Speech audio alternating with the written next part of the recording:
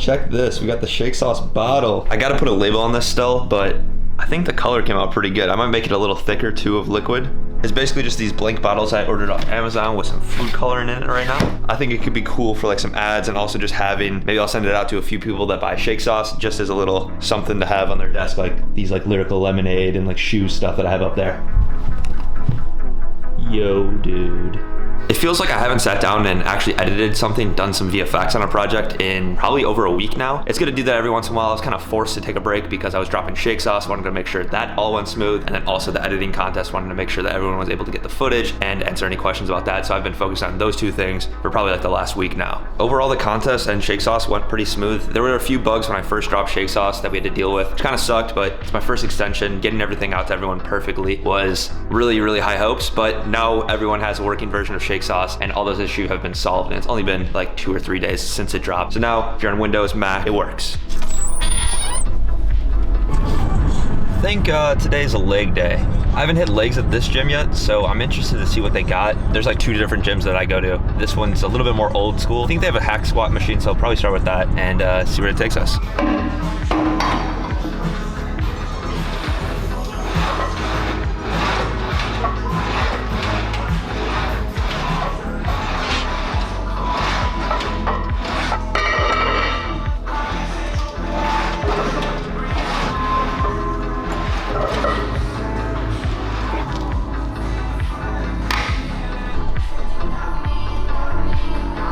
Yeah, this is the weirdest hack squat I've ever seen. We're gonna try this out.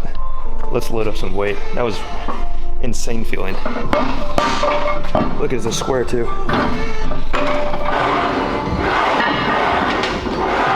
Can't go workout without opening this, especially since it's going to be too cold for it soon. It's beautiful outside today.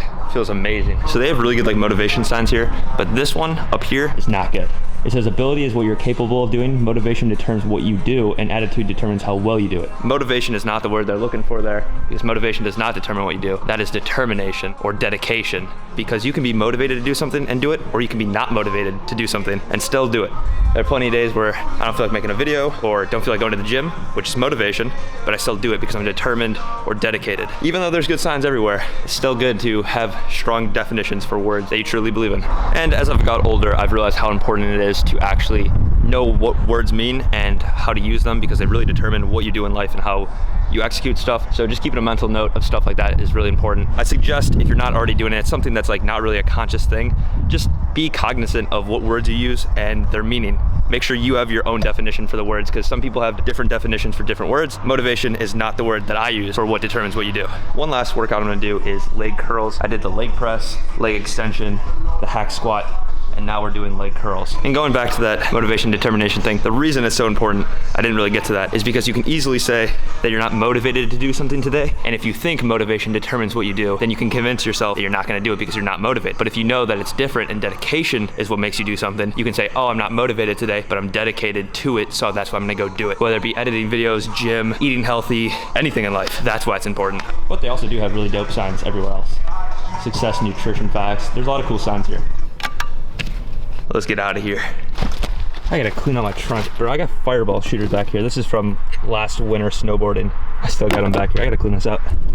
Pretty nice leg pump, actually. That's my first time hitting legs in probably like 2 weeks. I've just been running. Just got back home, took a shower, loaded up the Ice Spice music video by NLE Choppa. And I kind of just want to touch on what makes his videos so energetic and have such a good flow. There's a few things that's like kind of just the sauce of this whole entire editing style, and I want to share with you guys how to do that, because he always has very consistent music videos. He has a style, and I think that's what kind of makes an artist almost really pop visually, is when they have an editing style attached to them. For example, NLE, you can always expect clones and good energy and shakes and speed ramping, something that the viewers can expect. It matches the flow of the edit, and that's one thing that I think a lot of editors and directors undervalue, is building with an artist and staying consistent with one person. You'll see a lot of editors and directors jump around between artists trying to find the more poppin' one, but if you can be consistent and build with one, some of the most iconic visuals are people that grew together, like Mosey and Tada, Ryan Lynch and Polo G, Jerry Productions and Lil Durk, ESTG and Diesel Films. Those people that can work together and grow as a whole, you just attach those two instantly. So that's really something important. Check out my dog, bro. It always messes up my covers. Let's get you guys on this tripod and I'm gonna show you the sauce. So with a lot of NLE Choppa videos, shout out Water Whippin', by the way, he's the one that directed this one. There are a bunch of clone effects, a bunch of shakes, a bunch of zooms, a bunch of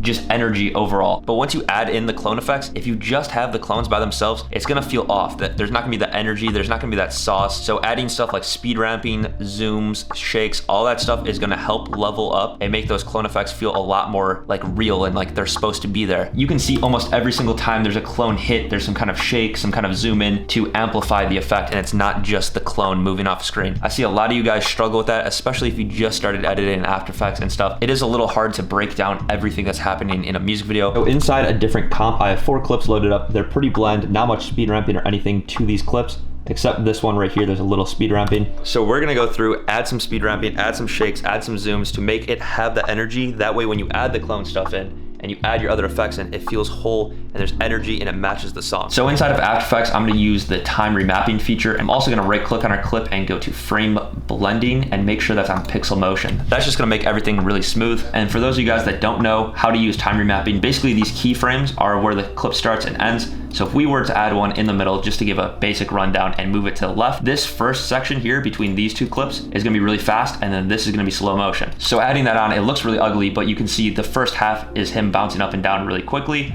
and then it goes slow here. And I think just to add some flow, I'm gonna have NLE start to go slow here. So we're gonna add a keyframe right here and then bring out that right-hand side one even more to the right. And now let's play that. And you can see he kind of slows at the end. And then let's go a few frames before ends, add a keyframe back in, and then move that other keyframe to the left more. So now this area between these 2 keyframes is normal speed. This is slow motion, and then this is gonna be quick. So it's just gonna add a little bit of flow to our edit. And if you haven't time remapped before, it might be a little bit complex at first. I would suggest you just go in After Effects, start playing around with it a little bit, and you'll get the hang of it. The workflow of time remapping is actually really nice. I know some people like Premiere Pro a little bit more for it. I think time remapping in After Effects allows you just to get a little bit more control of what you're going for, but it is just a little bit harder. Let's go ahead and do the next clip. That way that quick speed can flow into this clip right here. So again, right click, enable time remapping, and then also make sure frame blending is on. And I'm gonna add a keyframe a little bit early, that way he kind of whips his hand up like that. So if we bring this to the left, this is gonna get faster, but this whole area to the right is gonna get slower. So to fix that, we can add our keyframe in, and before we move it, we highlight both of these keyframes and then move them to the left. So now that's gonna make this spot here a little quicker, but everything else is gonna be normal speed. And basically it just makes the clip shorter. You can see here, it'll freeze frame here. So now our clip is this much shorter than it was before, but everything else is playing at normal speed. So you can see how that kind of flows into each other just like that. And maybe we want, when he kind of puts his arm down like this, it to go slow motion. So let's go add a keyframe, and then maybe we can just bring that out all the way to the end. And let's actually just speed ramp the little ending part too, just to add a little bit more flow. So it's gonna be a little slower here, but then it's gonna pick up right at the end. And then we can do it to one last clip, because remember that last one was already kind of speed ramped. So there's a cool part where he kind of has his hand up like this and whips it down, and let's make it happen just a little bit faster. So we can add a keyframe here, and then right there where it goes away, and we'll add a keyframe. Now remember, if I move this keyframe to the left, it's gonna make everything in between here slower. So instead of doing that, we're gonna highlight both of these keyframes and move it to the left. That way it whips down a little quicker, but it's still on speed. And since we did that, we have to cut the clip a little early and move our clip there, because we did make it a little bit shorter. So now when we play our clip, we just have a little bit more flow to it, and I think it just looks a bit better overall. And that's kind of the first part of the sauce, but just adding just that by itself isn't gonna completely get you to that level where you really wanna be. So adding a little bit of speed ramping, it doesn't have to be anything too crazy, but it does help flow to the song. If you can do that to the beat hits and the cuts and the flow of the actual lyrics, that'll help out a lot. Now let's go through and add some transitions, some shakes, and really make everything perfect. To add on shakes, I'm gonna be using shake sauce. It's literally perfect for this scenario. If you put your playhead in between 2 clips, make sure they're not selected on either layer, and then go to the keyframe folder inside of shake sauce. So I'm just gonna hover over and see exactly which one we want. I don't want anything too crazy, so I think vertical hit with a flash is pretty subtle, but it's gonna be a nice transition between our 2 clips. And you can see just like that, we have a really nice shake transition that adds energy. I think I'm gonna go through and continue using these vertical shakes and flashes to add some consistency to our clips. Inside of shake sauce, there's 21 built-in presets that have a bunch of different looks, but I really like the way that vertical hit looked. So I'm actually just gonna copy these keyframes and paste them into different areas, and we can go ahead and change them in a second. And just copying and pasting those keyframes already has us have a really nice base to our shake. And I think even copying and pasting them like around here where there's not a clip transition, but just add a little bit more energy here would be really nice. So now when we play that all the way through, you can see there's a nice consistent shake vertically up and down throughout. and it just adds a little bit more energy to the footage. But that's if you want to have that vertical hit consistently throughout. If you want to go through and customize a little bit more, let's go ahead and delete this. And if you do delete it, just go make sure you turn on this ghost layer and delete the data layer, and it will delete all the shakes. All right, let's get a little bit more custom with it and have different shakes at different areas. Let's start off with vertical mega hit with a flash on this clip, because I did like the way that vertical hit looked on this clip. And that's a really nice intense shake, just like that. I like that a lot. Let's hover over, see what we want. I like the flashes. I'm gonna use quick hit with a flash. So just make sure you're in between these two clips, not selected on any layer, and then double click on quick hit with a flash. And you can see we have a nice shake flash just like that. Now let's go ahead and find one last shake that we want. So let's do horizontal hit with a flash. Just double click. I'll make a new null layer.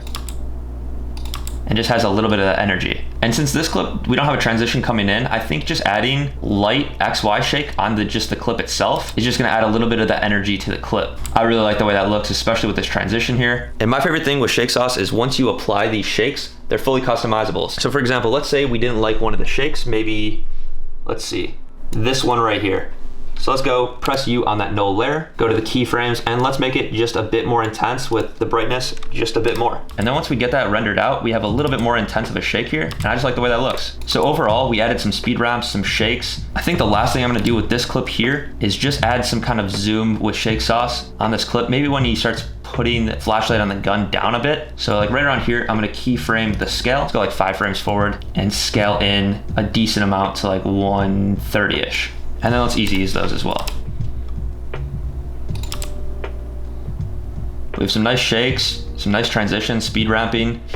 And so now when you do go add your clones in, you're gonna have a little bit more flow and shake and everything on your project. That's gonna make everything look a lot better. If you guys want shake sauce, the extension that I have in After Effects, I'll have it linked down below. It's an extension that I've been working on for a really long time. It's officially out. It's by far the most fun, easy to use, and affordable shake in all of After Effects. And it makes adding energy to your projects like this super easy. It's really fun to use. I mean, look at this bottle of green shake goo in After Effects and tell me you don't want that there. If you like this video, you're definitely gonna wanna watch the NLE Choppa in the UK video breakdown right here. But that's all I got for you guys in this one. Peace.